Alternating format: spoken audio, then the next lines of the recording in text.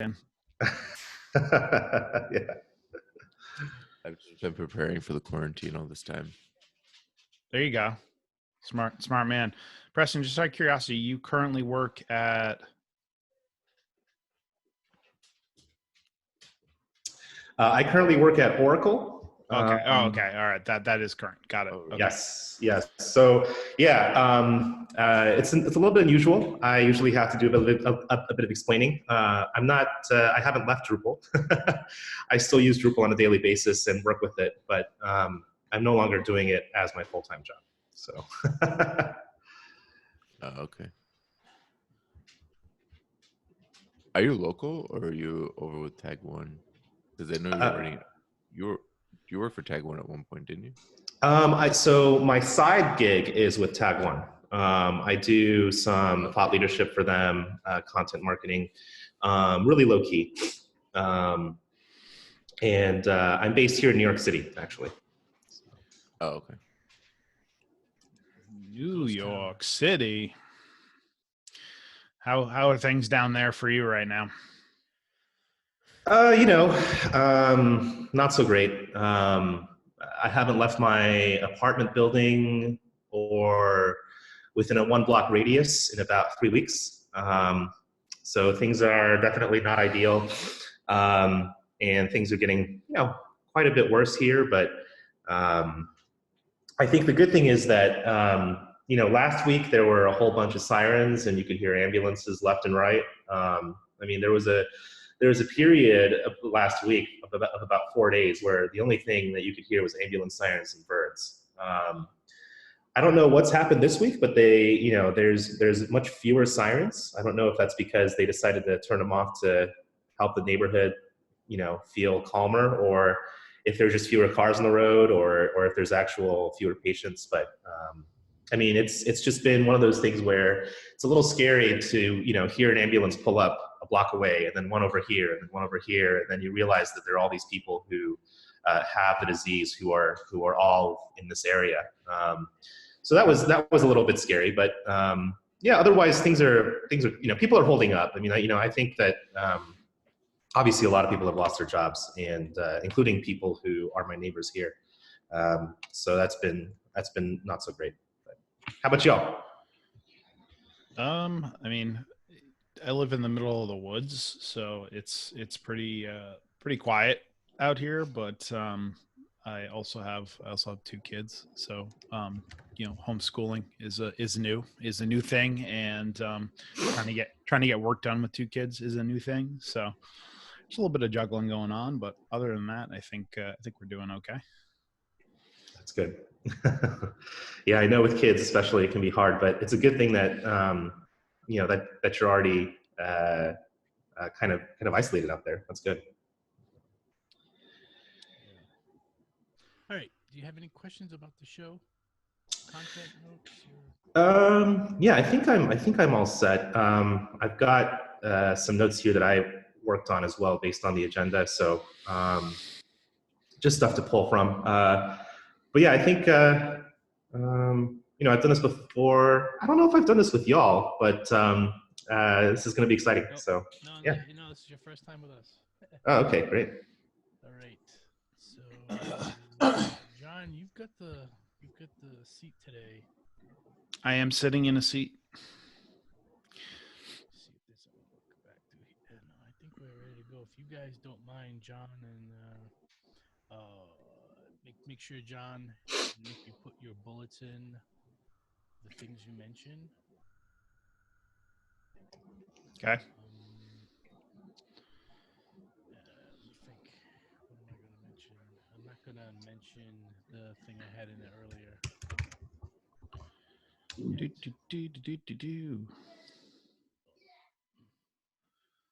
All right.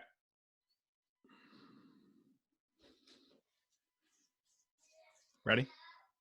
No. Okay. I didn't think so. I didn't want to. Can't wait to get to Nick's topic. New job? Is this Vet your position? Yeah. Yeah, cool. It's officially announced. It's a thing now, yeah. It's a thing. All right, awesome.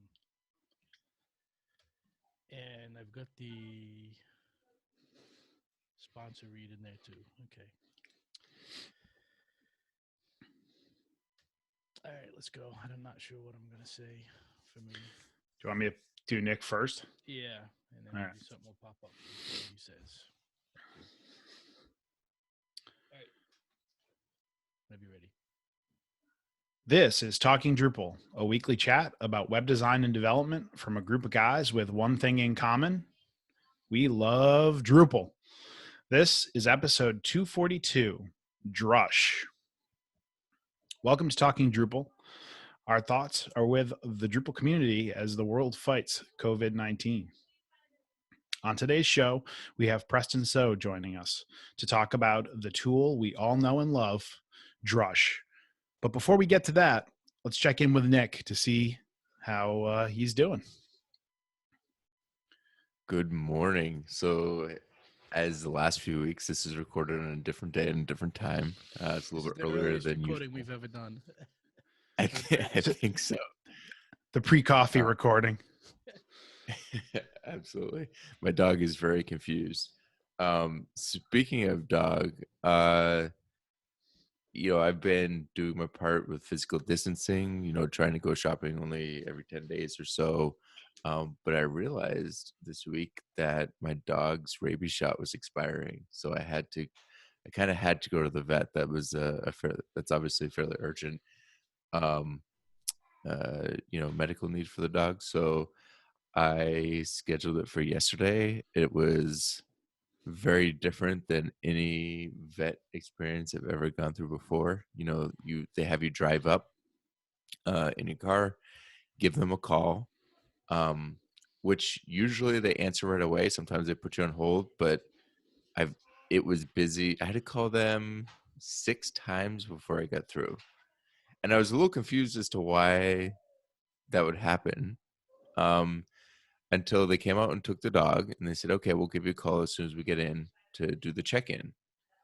So they took my dog Kitako in, called me 2 minutes later and did the usual check-in stuff. Are there any problems? Is he eating well? That kind of stuff.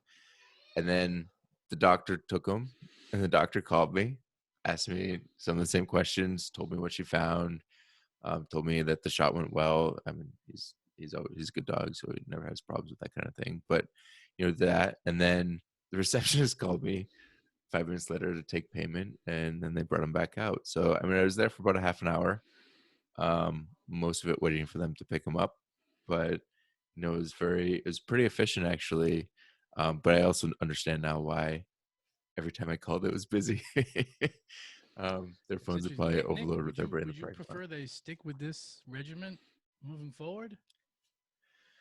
It's like a drive-through kind of vet appointment. Yes and no. I mean, it was actually nice because when we're usually in the waiting room, my dog gets very excited about other dogs. So it was nice to have him in the car instead of in the office yapping. It'd be nice to see the doctor face to face for any questions that I have. Sure. I mean, this is my first dog, so and he's 4 now, so I still have questions about what's normal, what's not. But I mean, it was it was nice. It was better than I expected under the circumstances. So it was an experience, that's for sure. How about you, Interesting. Steve? I don't know. This week and last week and the week before seem to all be blurring together for me. Absolutely. Totally consumed with everything that's going on and the changes. I mean, I guess the one thing that I don't have any tech stories or tech things that I did this week like I usually do. The thing that jumps out in my mind is when I went to the grocery store, they didn't know there's a 10-day rule. I am totally breaking that. I There's go no off 10-day rule. That's a personal thing. Okay, all right. I mean, I haven't gone to the grocery store in 2 weeks, but I'm just, yeah. Okay. Yeah, well, I'm going for my parents too, so it's shopping for me. My parents, we got more people in the house now because they're not in school, so I'm spending more on groceries. But when it kind of struck me when the grocery store was counting people and not letting people in when it got to 150. I just thought that was kind of interesting. That day when I was like 134, and I was like, oh, thank God I get in and I don't have to wait outside. just different environment. But yeah, everything is going well. Do find it a little harder to.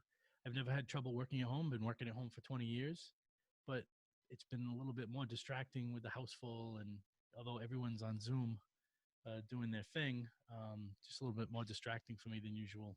How about you, John? Actually, I have a question for you, Steve, if you Yeah. don't mind. So, I'm wondering from your wife's a teacher, so I'm wondering from a teacher's perspective, how is that going for her being on the opposite side of the homeschooling? It Uh, is really challenging. So it's fascinating to see. So my wife was actually on vacation. Her school has like a college break. They have 2 weeks in March. We were supposed to be in Paris, if you remember.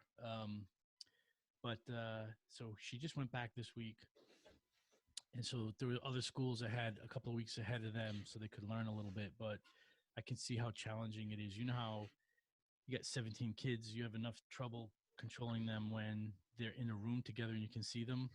Having them on a Zoom, 3 or 4 times a day for an hour, and they're doing work on the side yep. is really challenging.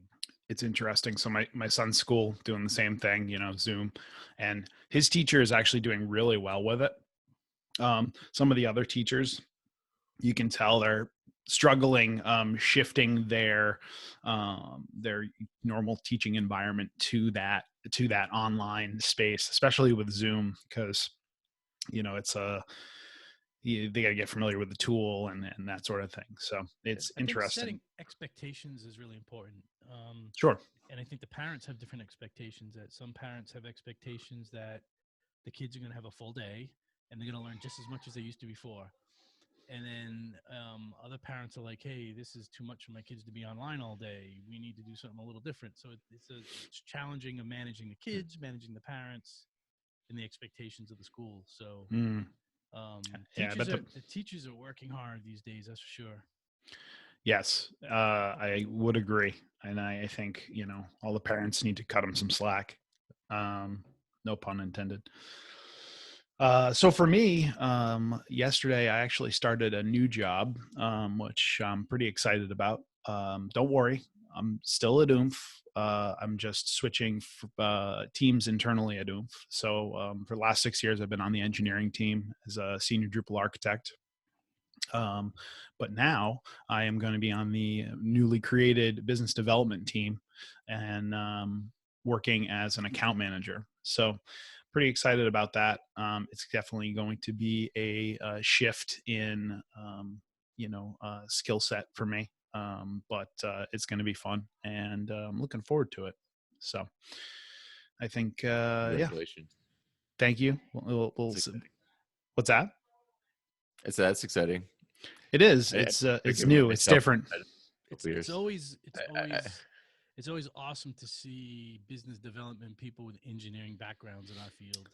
Well, so Yeah. that's really the thing is that obviously we do a lot of large technical projects, and to have somebody on the front lines to be able to estimate and speak to those sorts of things is super helpful on both sides. So that was kind of a driver for me to make the move. Was I had a lot of support from a lot of my teammates and our leadership team saying like, no, you definitely can do this. This is going to be great for you. And then understanding that like, being able to help the team from the technical standpoint before the project actually is signed and started working on is going to be a great thing. So super excited about that.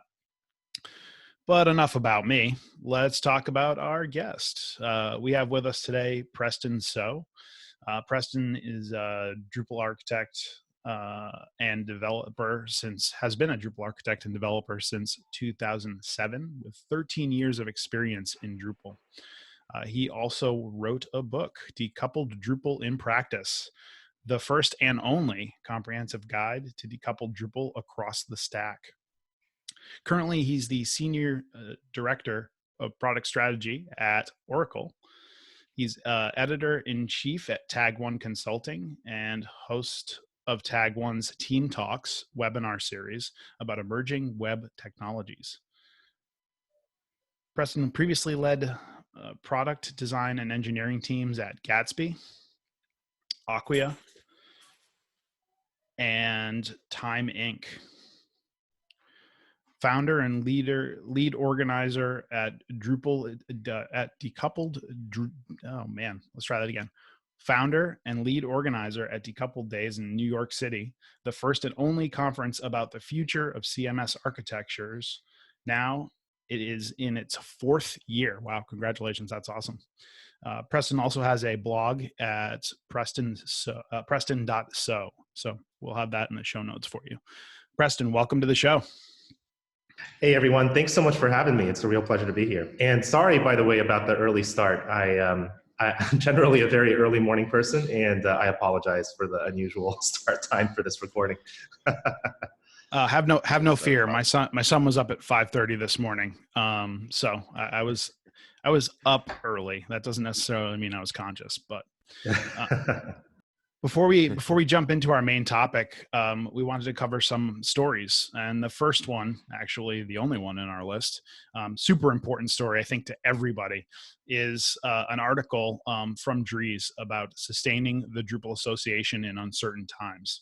So just an overview, the Drupal Association right now is kind of in a tough spot because their major event of the year is DrupalCon. It's a huge fundraising event. They make a good amount of their annual funding from that event, right? And right now they're in a spot where, well, they can't have it when they originally were going to have it. They may push it out and have it in the future, but it's a little bit uncertain. So the Drupal Association is seeing that shortcoming, and they're asking the community for help. What do you guys think about this article? I think the thing that was striking was that the disparity and the effect.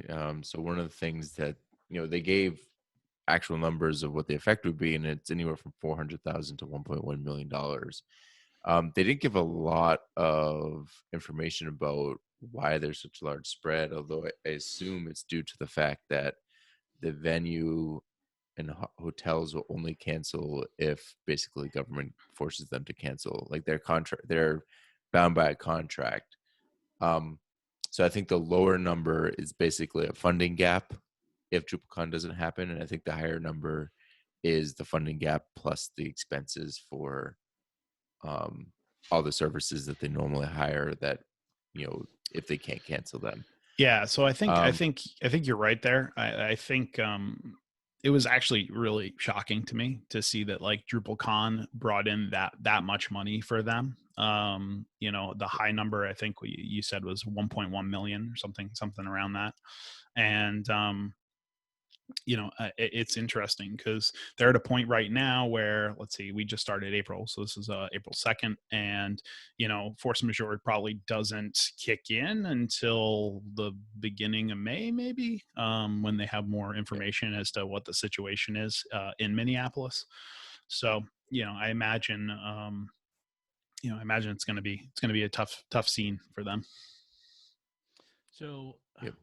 I think next week's show, I don't know if I've even discussed this with you guys yet, is we're working on having a show about this article and the situation and getting some people in from the Drupal Association on to talk about this in more detail.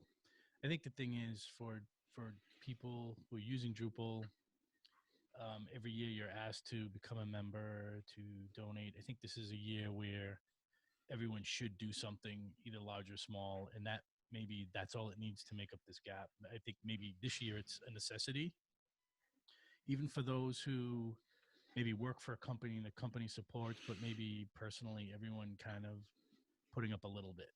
And we all I think depend we'll on see a lot of Drupal.org. drives, sort of maybe some calls to action and some drives to help make the Drupal Association through this hurdle, as we're all kind of fighting hurdles in our own personal lives and businesses and stuff as well. So it's not just the Drupal Association that people are dealing with today. and going to have to help. But people, I believe, are all affected financially by what's going on now. It's also paving the road for the future. I mean, we're gonna get past this, and on the other side of this, we're all still going to be working with Drupal. And the goal is that on the other side of this, the Drupal Association is at the same level or just as good as it was before this this event happened. So I know everybody's trying to look and see how they can help out. So anything anybody can do, they should do it. Yeah, and it's definitely hard to understate the value the Drupal Association provides. Just given the fact that they handle all of the Drupal.org infrastructure, a colossal undertaking. They offer such community support. So many amazing folks at the Drupal Association who sustain the project. I definitely share the concern about the Drupal Association and DrupalCon. I definitely hope that later this year we'll be able to have a much more kind of strong showing at DrupalCon Barcelona as well, and really show our support, not just in terms of our monetary donations, but also physical presence. So one thing that I was going to ask, and Preston just reminded me of this, about Drupal Association and what they do. Did anybody else hear yesterday that the Drupal.org has switched to semantic versioning? Oh, really? That's so exciting. Yeah. So I saw this article. Let me see if I can find it super quick here. I know I think I shared it with our internal team. And I don't know. I will post it in the show notes right now. I knew they were working towards that, but I didn't realize that they... Yeah, so I went to a module page yesterday. Sorry for the color in there, but I went to a module page yesterday, and the module did not have the 8x on it. It literally had 3.0.0-beta-1, and I was like, what? And everybody's like, is this an April Fool's joke? Is this for real? I don't know. So I was wondering if anybody else had heard about it. And based on your reactions, I'm going to go with a no. So since it's no longer April Fool's, we can actually just go and see if it's still there or not. All right. Well, we're going to... There's a post on Drupal.org called Semantic Versioning Model for Drupal. And it was last updated on September 18th, 2018. So it describes how they would implement it. So there's a post from March 31st of this year. And the title is Release Naming Conventions. So let me, you can find it in that link if you click all the way through. So it does look like there are some changes coming to how they're going to number modules, which I think is interesting. And so it looks like they've set up the infrastructure for it, but modules still have to.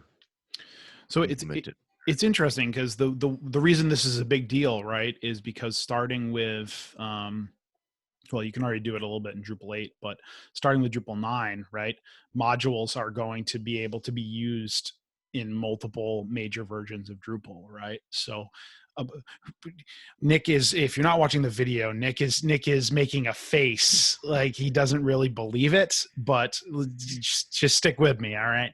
So the idea is that you could take your Drupal 8 module, you could build it, and if you didn't have any deprecated code in there and you were using all of the right versioning and whatnot, that module would still work for Drupal 9, would still work for Drupal 10, provided all those things were true. So at that point, the need for, labeling the module like 8x, 9x, 10x, whatever is not really necessary anymore. So I don't know. This got me, as you can tell, pretty excited, but Nick's skeptical, and you know what? We can talk about that at some point. I'll believe it when I see it, I guess. All right, there it is. All right, let's move on to our primary topic. So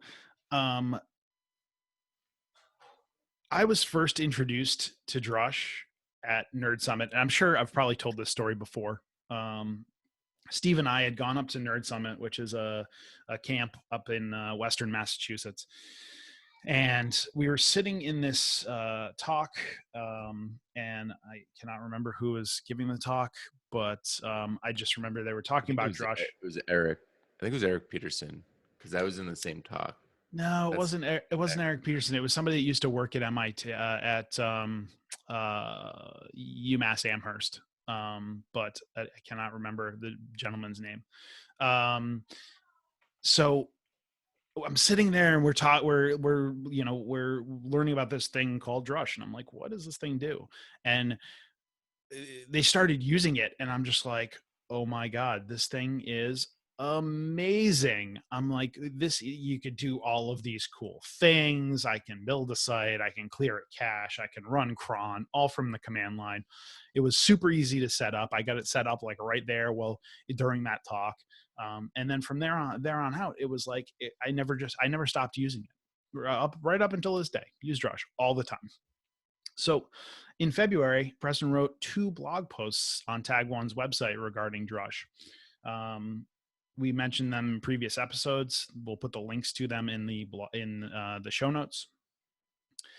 Drush is an important part of Drupal, and we want to discuss it in more detail today with Preston. A little bit of history. So let's start with some history on Drush. When, Preston, and why did Drush get created?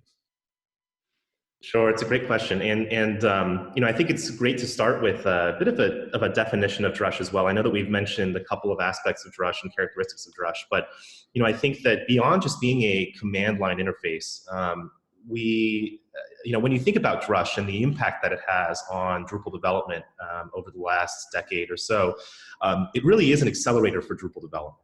All the things you mentioned, John, that you can do with normal Drupal administration, all of those things are possible through Drush, and you don't even have to enter the Drupal administrative interface. And these are really important things for developers to be able to interact remotely with their Drupal site.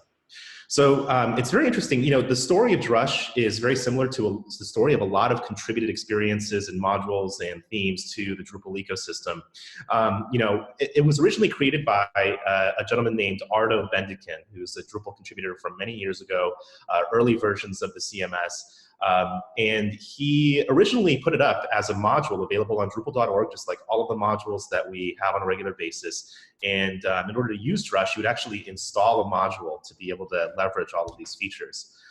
Later on, over the course of development and more features added to Drush, Moshe Weitzman, who is a very well-known contributor to Drupal, based in Massachusetts, my old home state, he also started to work on Drush to kind of scratch his own itch. And what was interesting is that this was one of the first times that people had ever seen the potential for this kind of idea of remote Drupal administration without having to touch the interface. And so there was a very favorable reception, a huge amount of popularity. I also use Drush on a nearly daily basis. It's an incredible tool. And a lot of the things that are really key to Drupal development are now part and parcel to this amazing package that we call Drush.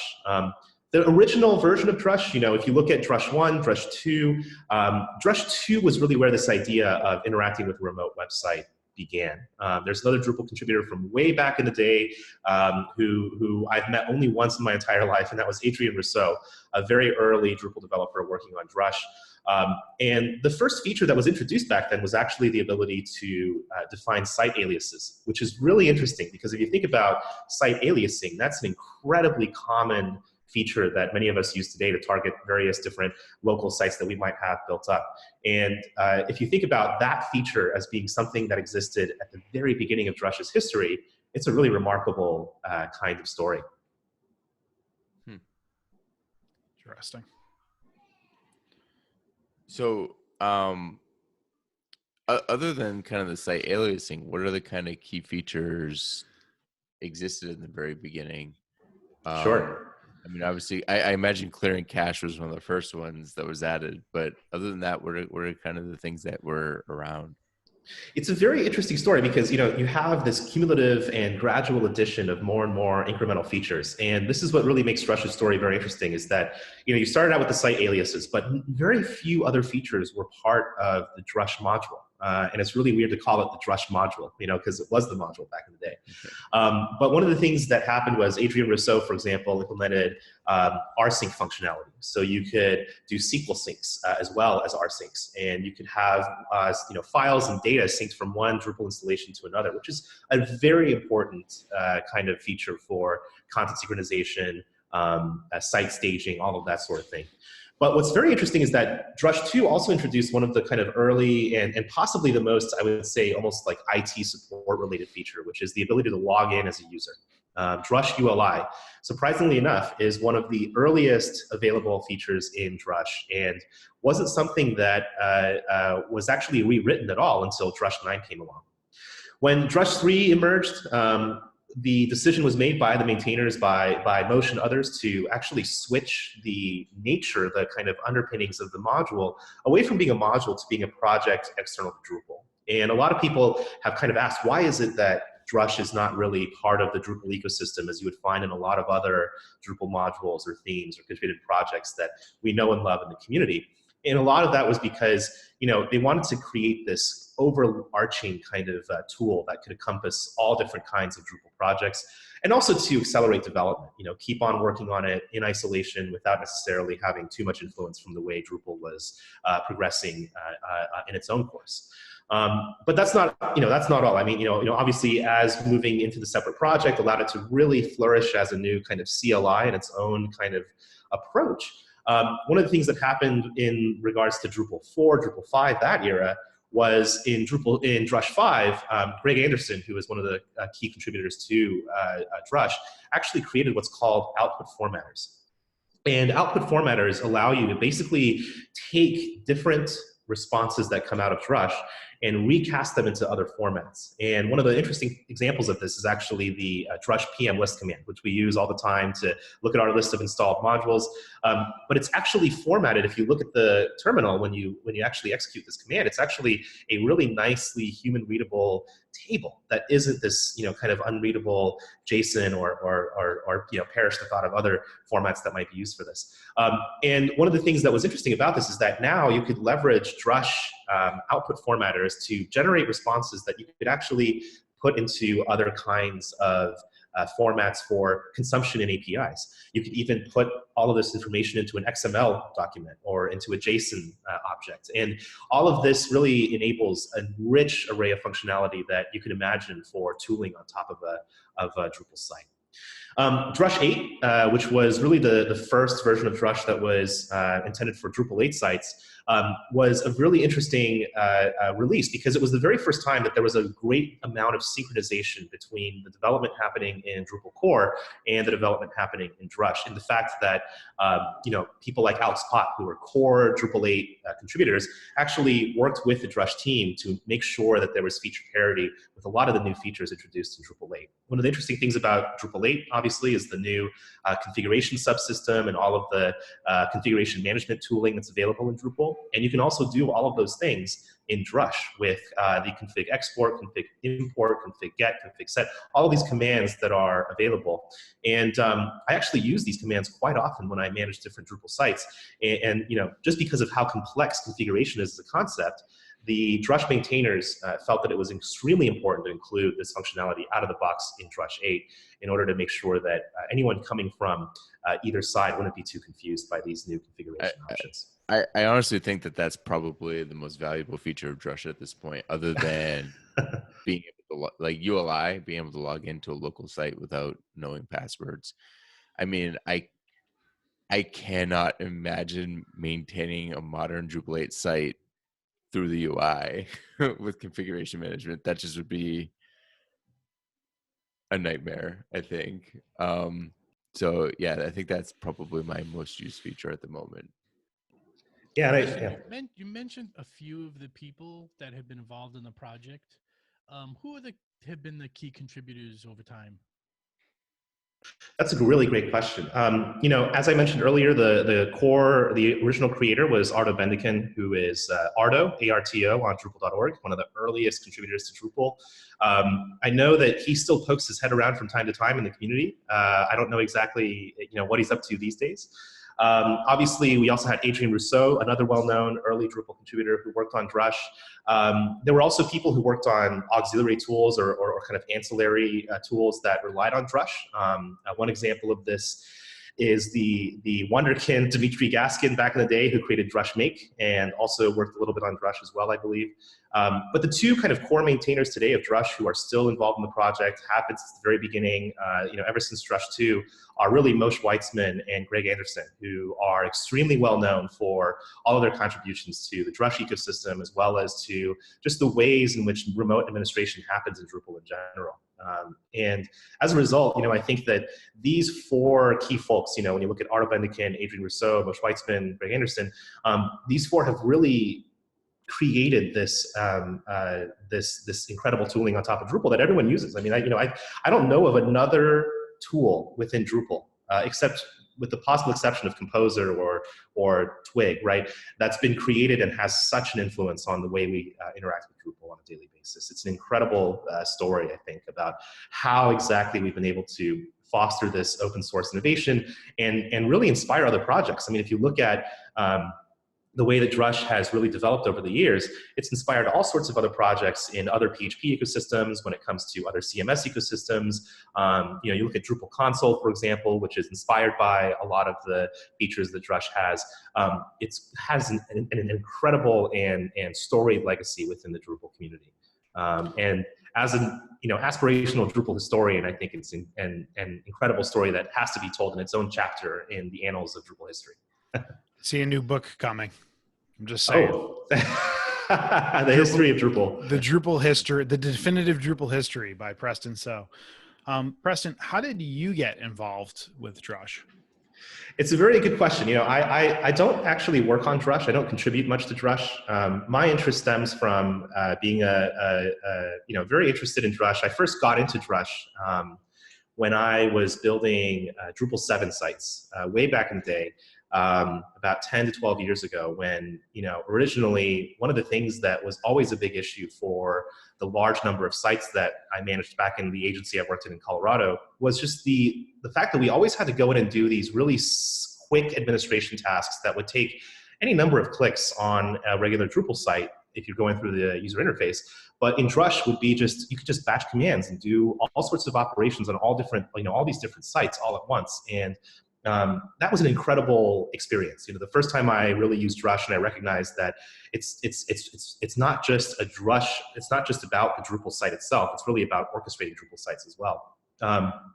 But my interest has come about solely because, I find Drush to be a very interesting tool. I've been looking at ways to start to look at how we preserve Drupal's history a little more. I've been trying to do a little bit more work to look at, we've got all of these great projects that have been gracing the Drupal ecosystem for so many years, and a lot of them have fallen by the wayside or been incorporated into core and no longer have their stories as these kind of separate myths that can be told. And so my interest in Drush is partially as a practitioner using Drush, but also because I'm really interested in how Drush has followed along with the course of Drupal and the journey of Drupal over the course of all these years. It's an incredible story. And if you think about the fact that Drush was never in Dries Buytaert's vision for Drupal in the beginning, it really points to the value that this community provides and harkens back, of course, to how important it is that we sustain the Drupal Association and the Drupal project. This episode is sponsored by Oomph. Do you have a topic you need to know about? Do you need some help with planning a project? Or are you looking for some training about web accessibility, Drupal site building, project managing, or analytics? If so, Oomph's training and consulting services can help your team develop and enhance core competencies that serve to optimize your organization's digital strategies. From packaged training programs to highly customized workshops, Oomph can help your team reach higher level of excellence. Oomph would love to help your training and consulting needs. Learn more about Oomph's training and consulting services at oomphinc.com/training. Thank you, Oomph. Thank you. So I have a question. How important do you think Drush was to the adoption of the widespread adoption of Drupal? That's a really good question, Nick. I think it's really hard to ascribe any sort of change in the user adoption or change in developer adoption when it comes to Drupal and assign that responsibility to Drush or that kind of origination to Drush. However, based on what I see as Drush is really I see Drush as really being the nexus of all of the developer interactions with Drupal. At least in the early versions and the sort of early years of Drupal being something that incorporated Drush as a kind of semi-official CLI.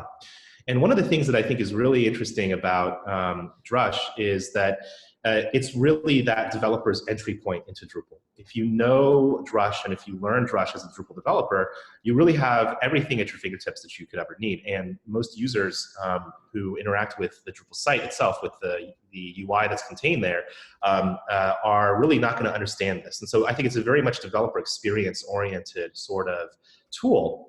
But as a result, it's an incredibly important tool. I would say that for the versions that I worked in Drupal, from Drupal 6 onwards, where Drush was an incredibly integral tool, I would say that that was probably the most essential tool that existed in the Drupal developers toolkit. These days, it's changed a lot. Obviously, I think that there's a lot of growth when it comes to what I would call developer, well, you could call it DevOps, but I don't really like to call it DevOps, but command line interfaces in general that buttress all of these interactions with tools. The sad thing I think about Drush in some senses is that it's kind of fallen a little bit by the wayside because of the growth and innovation seen by a lot of these other ecosystems. Have Composer as an additional CLI to handle dependencies. These are all things that oftentimes you would have handled through Drush. You also have other alternatives. You also have now emerging ecosystems that are becoming part and parcel to Drupal sites everywhere, but are not integrated in any way with the kind of Drush CLI. And one example of this is like NPM, for example, or if you're using front end dev tooling like Gulp or Grunt or some of these tools, you're really starting to look at, well, what actual area does Drush have control over? It's the actual site operations, all of this.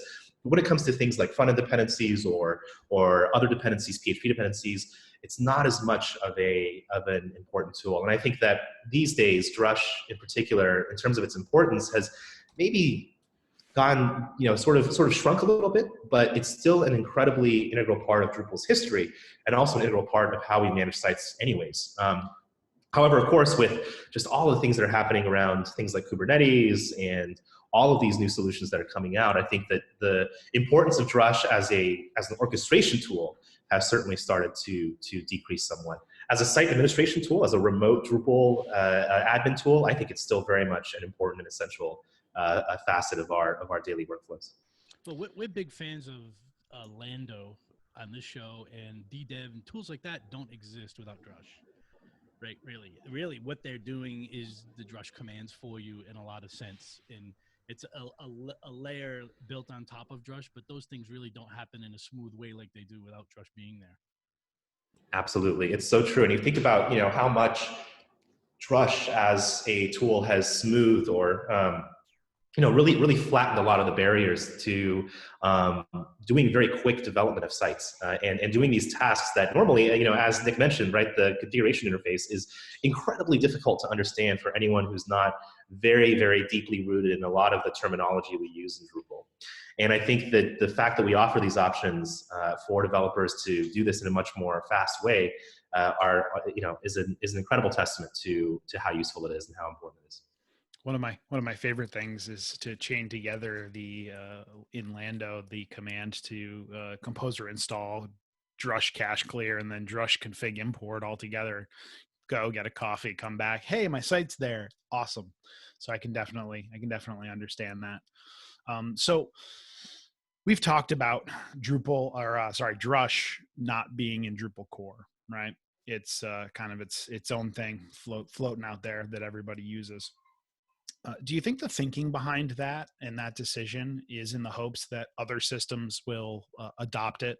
Obviously, may need to add to it, but would adopt that in their content management system or their platform? That's a really good question, John. Obviously, I can't speak for the Drush team in terms of where their longer term roadmap is and where they're thinking. I do have some insight into how they're thinking about core inclusion. And I know that there's a lot of questions about this roadmap. Obviously, there's been a lot of discussion in the Drupal community about including Drush and core, and there's definitely two reasons why they haven't yet. Obviously, one is the standpoint of velocity and how they're able to isolate development of Drush out of the kind of confines of how the way that Drupal development and core development occurs in particular can stymie sometimes progress. And that kind of human consideration, that kind of maintainer consideration is definitely a part of their thinking. I know that. I think the other reason though is that there's definitely an argument that many people have made in favor of, is adding Drush to core, adding something that is only useful to a very small subset of the Drupal site audience.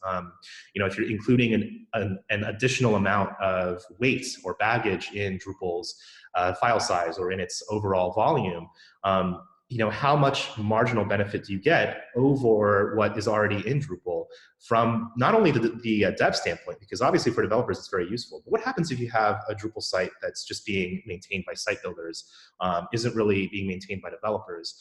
That's a very different consideration. And so I think that's an example of where people have been very cautious about whether or not to include Drush and core. And this actually really harkens back to a lot of discussions around what Drupal actually, who Drupal is for. Is Drupal for developers? Is Drupal for site builders? Is it for casual users? And still complicating this further, of course, is the fact that Drupal 8 now has 2 CLI commands available in it itself that are not related to Drush at all. The site install and quick start commands. So you already have developer tools that are now part of Drupal core that don't have anything to do with Drush at all. And it's an interesting kind of discussion right now. There's an active discussion about including a version of Drush in core. I think it's a very important discussion. And there's also a really big opportunity, I think, for Drush to serve other purposes as well.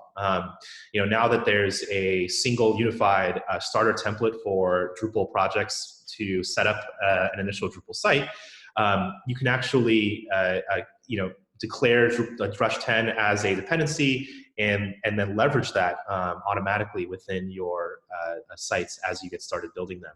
And this actually means that this kind of hypothetical or theoretical Drush and core would actually encompass a lot of things that are not just about site administration, but also encompass a lot of the tasks that have become more and more complex over the years and have involved much more infrastructural considerations, orchestration considerations, not just from the standpoint of a single site and a single environment.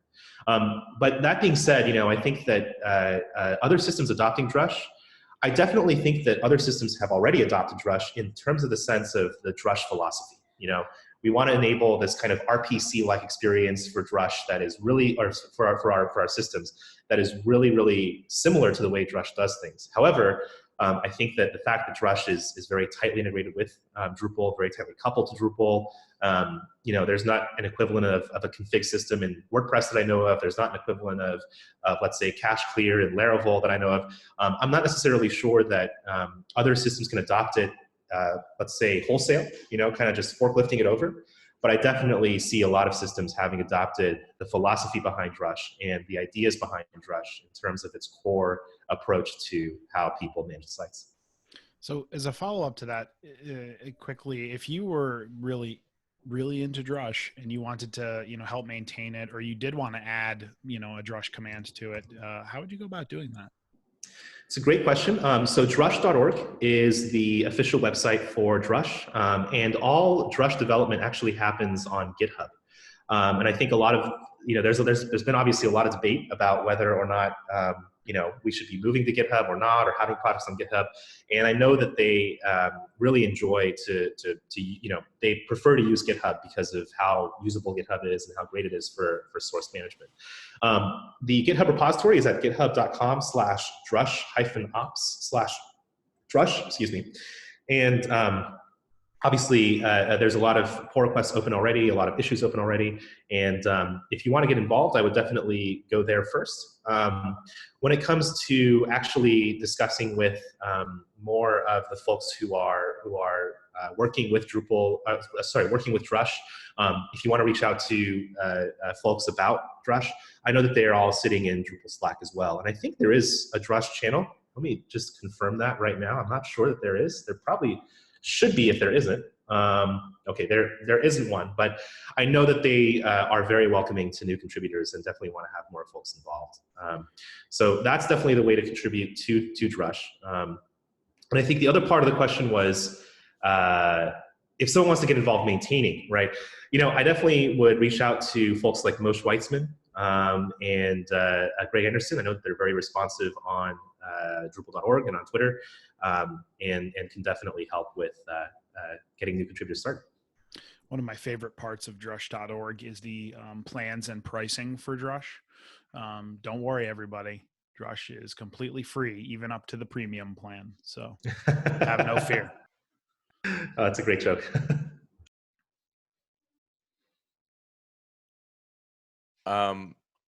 Steven's so I'm sorry I was muted. So I get 2 things to edit so far, both caused by me. I don't know. You could probably edit Preston's intro a little bit. So over the years, Drush moving up to versions has mostly been transparent to me. Drush upgrades, I don't even know it. No change to me. And that didn't happen in Drupal 9.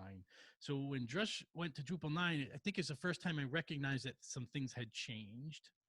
And reading your article, I see that Drush was completely rewritten in version 9. I'm wondering, I know you're not in the engineering team. I wonder if you have any understanding of the reasons for the rewrite and what that means moving forward. Sure. Yeah, Stephen, great question. So, I think that, Drush has evolved quite a bit over the course of time, and Drush 9 was probably the most significant overhaul. There were several overhauls in Drush's history. Obviously, you had one overhaul that came from Franz Heinzmann, who redesigned all of Drush for Drupal 5. But the thing that's interesting about Drush 9 is that this was the first time that they completely rewrote and completely rebuilt Drush from scratch. It hadn't actually been substantially refactored in its totality since Drush 3, if you think about way back in the day. And so one of the things that really influenced their decision-making in terms of moving Drush to this new state was, number one, Composer. Composer being introduced in Drupal 8 really made certain Drush commands somewhat redundant, or made certain Drush commands kind of have this weird gray area where it wasn't really certain how, let's say, a Drush en command or a Drush PM install command would necessarily relate to, let's say, Composer require, or some of these other very common Composer commands that we now have. And I think a lot of this has been borne out by the fact that Composer is really a great way to handle PHP dependencies, and should be the way that we handle those dependencies. And Drush was really about handling Drupal dependencies. It wasn't really about handling all PHP dependencies in general. But the thing that is most important, I think, is that not only was it about really moving Drush into a Composer-ready kind of state, and I think that's partially because there was a lot of confusion about how Drush was going to evolve after Drupal 8 really was released. Nowadays, I think that there's a lot of improvements that have happened as well in regards to the actual internal developer experience. As we know with Drush, you can add arbitrary commands, you can add custom commands to any sort of installation of Drush. But the thing that's interesting is that now in Drush 9, for the first time, in previous versions, you had to write all Drush commands in PHP. You had to write everything using kind of the Drush native API, which could be really confusing, especially if you're coming from different PHP ecosystems. If you're coming from different ecosystems altogether, where you're not writing PHP. The interesting thing that they introduced with Drush 9 is the ability to actually write Drush commands and writing new Drush commands as Doxygen, so that you're actually not writing full code. You're actually writing this kind of pseudocode that turns into a command that can then be leveraged. And this is a really new kind of thing because previously you had to write everything by scratch in PHP. The other reason, the final reason, I would say the third reason why Drush 9 had to be a complete overhaul was because, when the folks on the core team said, hey, we got to introduce configuration options into Drush, and that was, obviously the work that the core maintainers introduced. The sheer introduction of all these new commands, like config split, all of these different kind of important commands, and also the introduction of commands that had been sequestered in other contributed modules. One example of this is the devel generate command, right? They incorporated so many new commands that a lot of the discussion centered around, well, we're already putting in so much new functionality and we're taking a lot of it out. We're really changing the way Drush looks. Why not change the way it works as well? And so I think that the level of innovation that happened over the last couple of years in Drush, and also the adoption of certain features that they took from Drupal console, for example. One of the things that Drush introduced into its own CLI that it adopted from Drupal console was the ability to scaffold a Drupal site in kind of this yeoman style approach. And as a result, all of these things that are improvements really kind of led the maintainers to say, well, hey, we're already refactoring the feature set and the functionality available in Drush. Let's just refactor the whole thing from the bottom up. So just a question there. Does the rewrite of Drush 9 coincide with the rewrite of Drupal 8? It's a good question, John. I actually am not 100% sure. Okay. I was not following to be completely honest, I was following Drupal 8 development much more closely than Drush 9 development. And I'm not sure, but I'll get that answer for you. Cool. Maybe we could put that in the book. Yeah. The New York Times bestseller, yeah. So there's one feature of Drush that I miss immensely. I understand why it's not part of Drush anymore, but for some of my older clients, when I first started out with Drupal, the websites that I worked on were much simpler.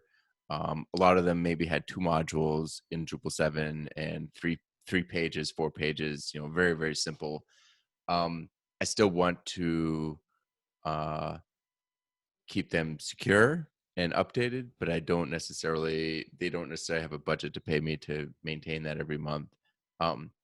Drush had a command where you could update only security releases with the security only flag. And I just really miss that ability. I mean, there's certainly ways you can kind of finagle that with Composer. I found the security reporting from Drupal.org to Composer to be lacking a bit. But instead of looking backwards at kind of what I miss, what's something new coming in Drush 10 that I can look forward to? Absolutely. So Drush 10 has, and I think this is a case where, and I think about what you just said, Nick, and in some ways, Drush has become almost even more developer oriented, right? It's really interesting to think about the fact that doing all of these security updates back in the day was this easy. And now you're thinking about, now you have all of this complexity in terms of applying security updates and responding to the security advisories. It's really a different world. There's a lot of different things that have been added to Drush now with Drush 10. As I mentioned earlier, you've got the config split and all the configuration options now available. And you can also do a lot of things that are now possible with Drupal 8.8 when it comes to configuration. Drupal 8.8, for example, now has the exclude and transform APIs when it comes to configuration. I've never used those myself personally, but I know that they were very, very strongly requested features.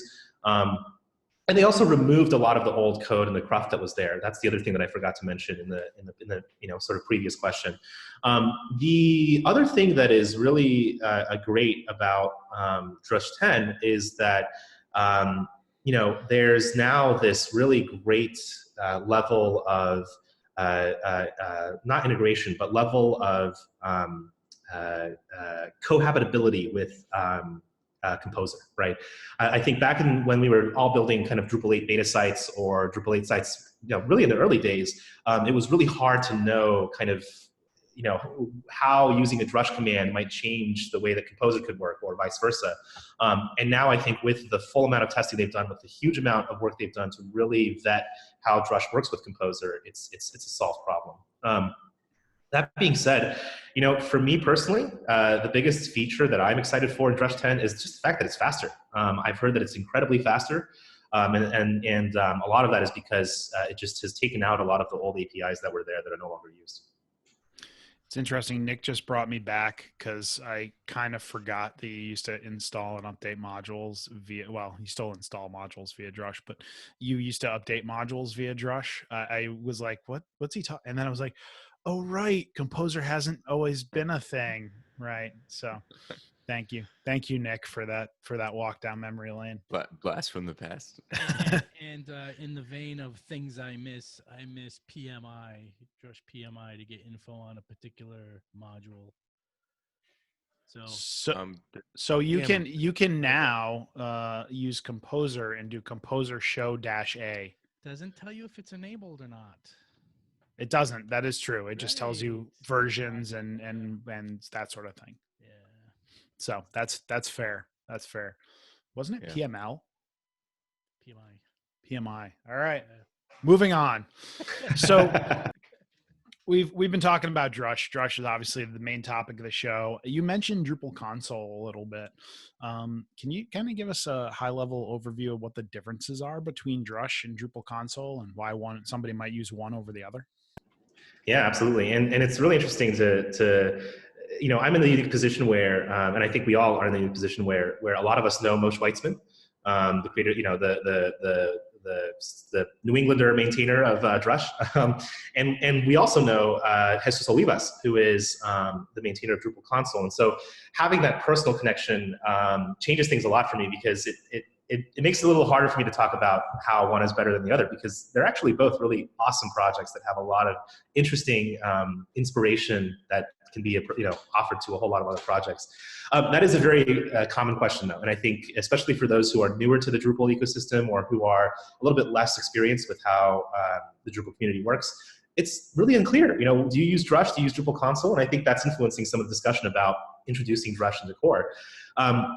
So there's kind of interesting similarities and differences between Drupal console and Drush. Drupal console and Drush obviously both share a common foundation. They both rely on the Symfony console component in Symfony. And but there's a lot of differences as well. I think there's it's not just the fact they're both CLIs. They actually do very different things. Commands, the list of commands that are available, the catalog of commands that you have access to in each of those two projects is very different. Drush nowadays, as I mentioned earlier, is using more and more of the Doxygen annotation style of writing commands, whereas Drupal console really leverages Symfony console much more deeply. It's not really a difference that's from the CLI's perspective. It's more from the developer experience perspective internally, but it's still salient to call out. The other thing that's really different about them is just they have different purposes. And Drupal console is much more focused on doing things that are really important to developer kind of onboarding or starting up, like scaffolding a Drupal site, doing all the kind of site, all the things that you need to do that are kind of like running, like getting started with Drupal, but aren't necessarily things that are about running Drupal. And that's where I think one of the small differences lies, is that Drush, I would consider to be much more about kind of running an active Drupal site and constantly having it going and managing it, whereas Drupal console is really about, well, I need to put this Drupal site into this dev environment or here, and I need to make sure that it's scaffolded correctly and has X, Y, and Z in that whole kind of space. They also differ in terms of testing.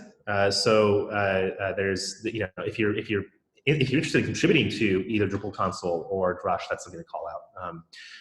There's differences in how they conduct testing, and there's also one final difference that I will call out, which is that I've looked and I've watched and I've seen that Drupal console has seen a little bit less prolific contribution activity lately, especially in the last year or two. Whereas Drush, still sees a lot of active development. And so if you're interested in things like maintainability, that's also a consideration that's important for people who are looking to adopt Drush or Drupal console. Yeah, so I know a lot of people use Drupal console to do, like, as you said, scaffolding, right? So they're starting a module. There's a command in Drupal console that allows you to basically scaffold out a module for Drupal, right? Drush doesn't have a feature like that currently, right? Is that accurate?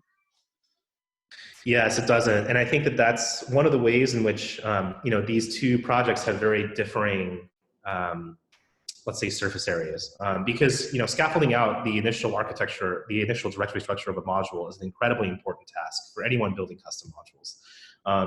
Drush obviously doesn't really do that. I think that's partially because scaffolding is not necessarily part of its, MO, but definitely still an important thing. And there's definitely instances where I've seen people kind of use both in a single project, which I think is very scary to me, just because I can imagine typing out instead of Drush, accidentally typing Drupal, or things like that. So I think there are dangers, but generally speaking, I think that if you're doing a lot of heavy-duty Drupal development, if you're building a lot of custom modules, if you're spinning up a lot of custom code, I think Drupal console is a great option. If you're doing a lot of orchestration of Drupal sites, if you're doing a lot of kind of security updates, as Nick mentioned, or if you're doing a lot of module management, dependency management in terms of Drupal contributed projects, I think Drush is still maybe the better experience. But obviously, to each their own. I like both projects. I think they're both great, and they both have contributed a lot of interesting ideas and innovation to the Drupal community.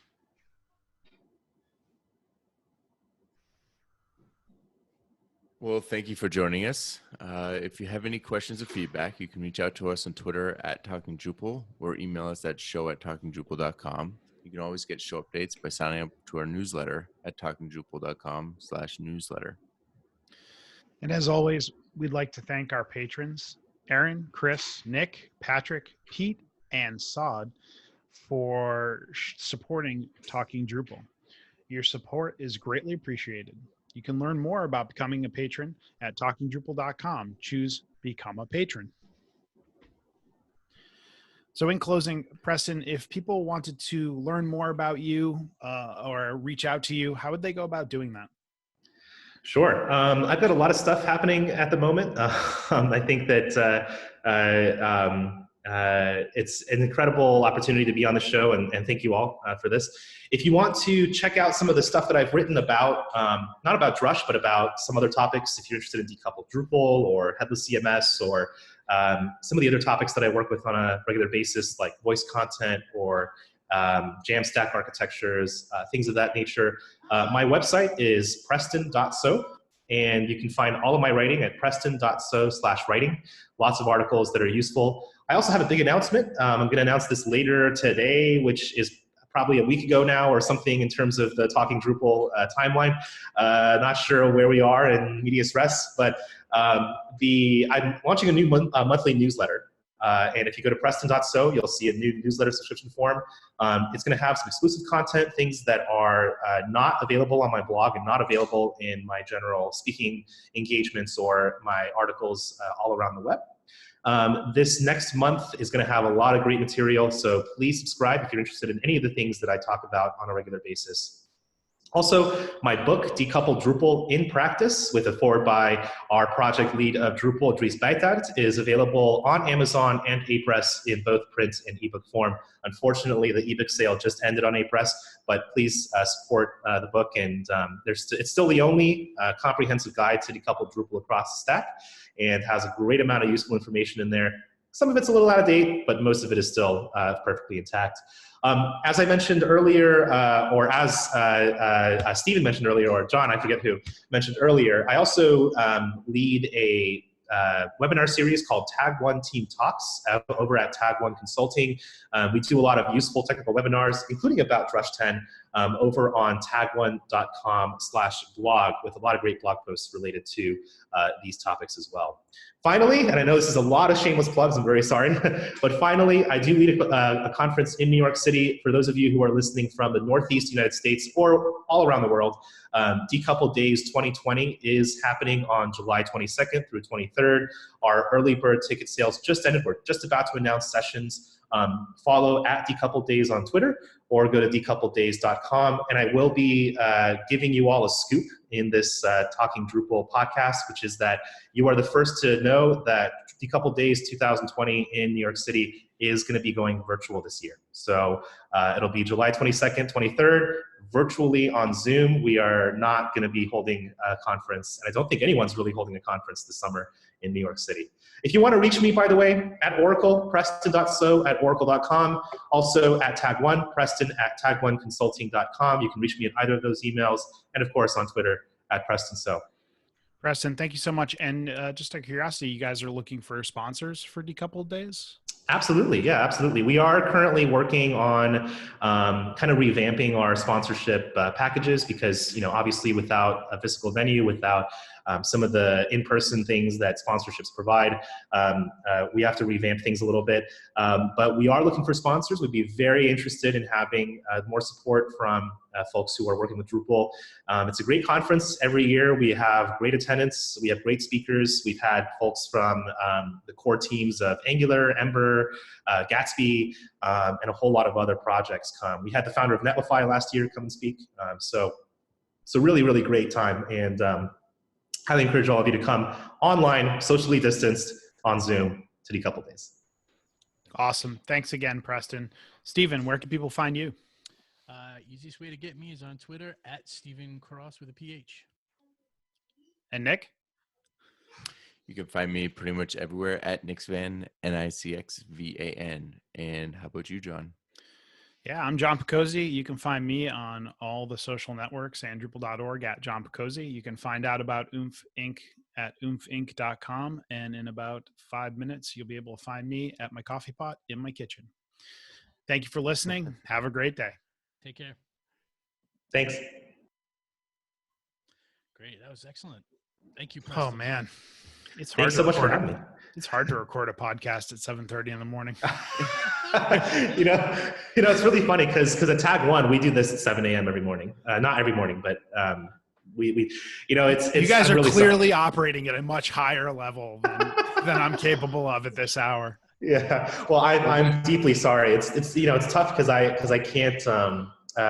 My general work schedule, and it's because I live in New York City, where I'm trying to avoid rush hour. I'm trying to avoid all of the nastiness of the subway and just like from 7:30 until 10 a.m. in New York City is just a nightmare. So I generally start work at 7. Oh wow. So this is why do you work? Preston, do you work? I do too. So this was like I enjoyed this early stuff. Great. Preston, do you work out of your? I mean, obviously now you work out of your apartment, but does Oracle have? I'm assuming they have offices in New York. Do you work in the offices or? Yeah. It's I don't know about y'all, but I've been struggling with the whole working from home thing. I mean, working during pandemic is a whole other story. But I've never really liked to work from home. I think a lot of it is that, it's not easy trying to work when you're 6 feet away from your beer fridge and 6 feet away from your sofa. So it's been tough. And it's actually been kind of a problem where like yesterday I had a meeting at 2 p.m. and I decided to, crack a can of beer before the meeting. And, it's not easy. It's not easy, but I do have an office. Like used to go in every day. Sometimes I work at a cafes if I don't have any meetings. But working from home has been really hard. It's going to take a while. It takes a couple months to get used to it. I mean, so give yourself some time to get into that routine. Yeah. Didn't we have a show about working from home recently? We did. Which it was actually before. All this came up, so I think it was just kind of timely. But we had a show that talked about it. It was pretty interesting to find out how different people coped with working from home. It's definitely a paradigm shift for people used to working in an office, though. It was always the opposite for me, though. When I had a couple clients that would have me come in once or twice a year for a couple of days, and being in an office with 80 people. I found so distracting. Like I couldn't get anything done because every 2 seconds somebody would be walking by or saying something or on the phone. All right, Preston, thank you. Thank you so much. Yeah, this was fun. Please let me know if I can come on the show again sometime. Yeah, we'd love to have you. Yeah, I'd love to. Yeah. Thank you. Awesome. Thanks, y'all. Take care. Have a good one. Bye-bye.